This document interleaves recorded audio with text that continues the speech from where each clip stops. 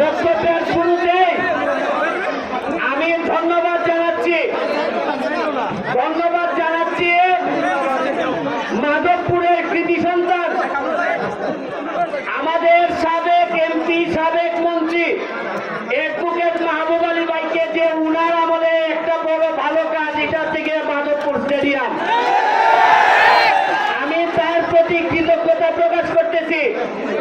আমি যে কোনো ভালো কাজের প্রশংসা করতে আমি কখনো কৃপণতা করি না, আবার যে কোনো খারাপ কাজের প্রতিবাদ করতে আমি কখনো পিছপা হই না।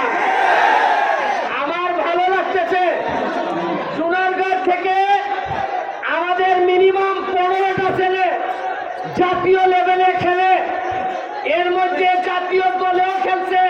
আপনারা আজকে দেখতে পারবেন 3 জন ব্রাজিলে চান্স পাইছে সোনারগাঁয়ে। আমি কথা দিছিলাম যে যদি সোনারগাঁতে আমরা আল্লাহ হাজির নাজের সোনারগাঁতে যদি একটা ইট লাগাই, আর একটা ইট আমি মাধবপুরে লাগাইতে চাই, আমি ঘোষণা